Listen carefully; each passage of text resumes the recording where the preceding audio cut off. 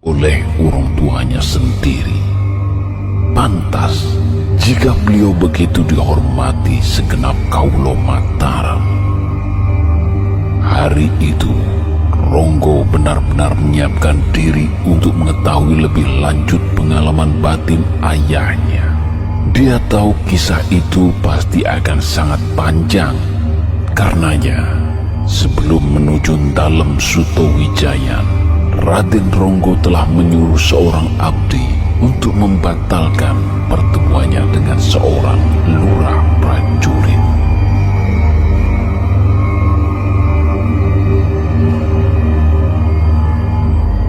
Jadi, Romo masuk ke Keraton Kidul. Sebenarnya siapakah beliau ini, Romo? Apakah Romo menanyakannya? Tentu saja tidak, Ronggo. Tidak baik berlaku demikian. Sangat tidak sopan. Terlebih Kanjeng Ratu Kidul adalah sosok yang telah dititah menjadi penguasa gaib selama ribuan tahun. Tapi Romo juga tidak akan membiarkanmu dihinggapi rasa penasaran yang berlebih. Begini, Ronggo. Ada banyak cerita tentang asal-usul Kanjeng Ratu Kidul dari para leluhur. Salah satunya kisah bahwa Kanjeng Ratu Kidul dahulu adalah putri angkat Aji Saka. Dia punya saudara kembar. Kanjeng Ratu Kidul dahulu bernama Putri Angin-Angin, sedang saudara kembarnya bernama Rupakala. Keduanya ditemukan Aji Saka di tengah hutan. Ibunya meninggal dunia setelah melahirkan bayi kembar itu, sedangkan ayahnya tidak diketahui rimbanya. Bayi kembar itu kemudian diasuh oleh Aji Saka di kerajaan Medang. Kebetulan permaisurinya tidak punya anak dan Aji Saka tidak mau mengambil istri selir. Ia sangat setia kepada istrinya. Dengan begitu, Putri Angin-Angin dan Rupakala sangat disayang kedua orang tuanya. Sejak kecil, keduanya sudah dilatih ilmu kanuragan, Joyo Kawijayan dan digembleng mata batinnya.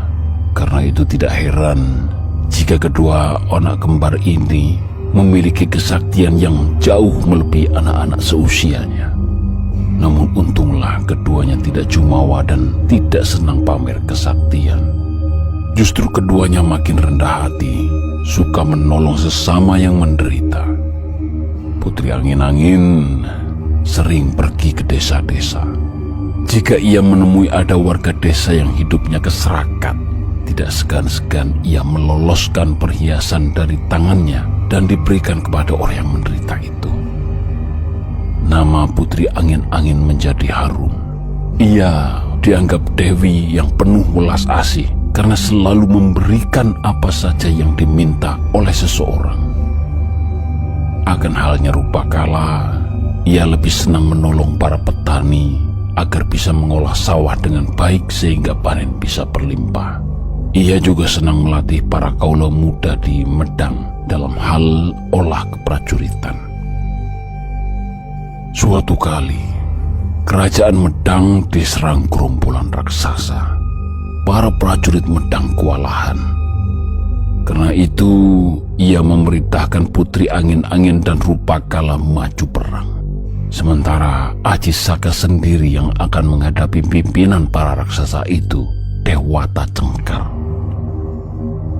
Setelah perang berhari-hari, akhirnya para raksasa itu bisa dikalahkan. Dewata Cengkar terbunuh dan mayatnya dibuang ke Laut Kidul. Saat jasadnya menyentuh air, mendadak ia berubah menjadi buaya putih.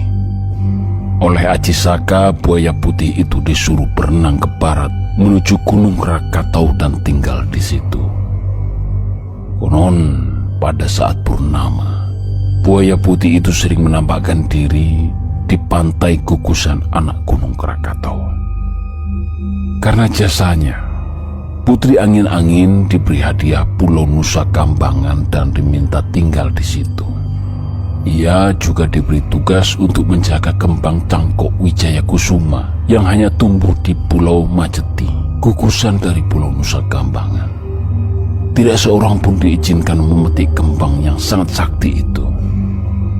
Di jagat pewayangan, kembang Cangkok Wijaya Kusuma hanya dimiliki oleh Prabu Kresna. Dengan pusaka kembang itulah Kresna mampu menghidupkan orang yang sudah mati. Sedangkan Rupakala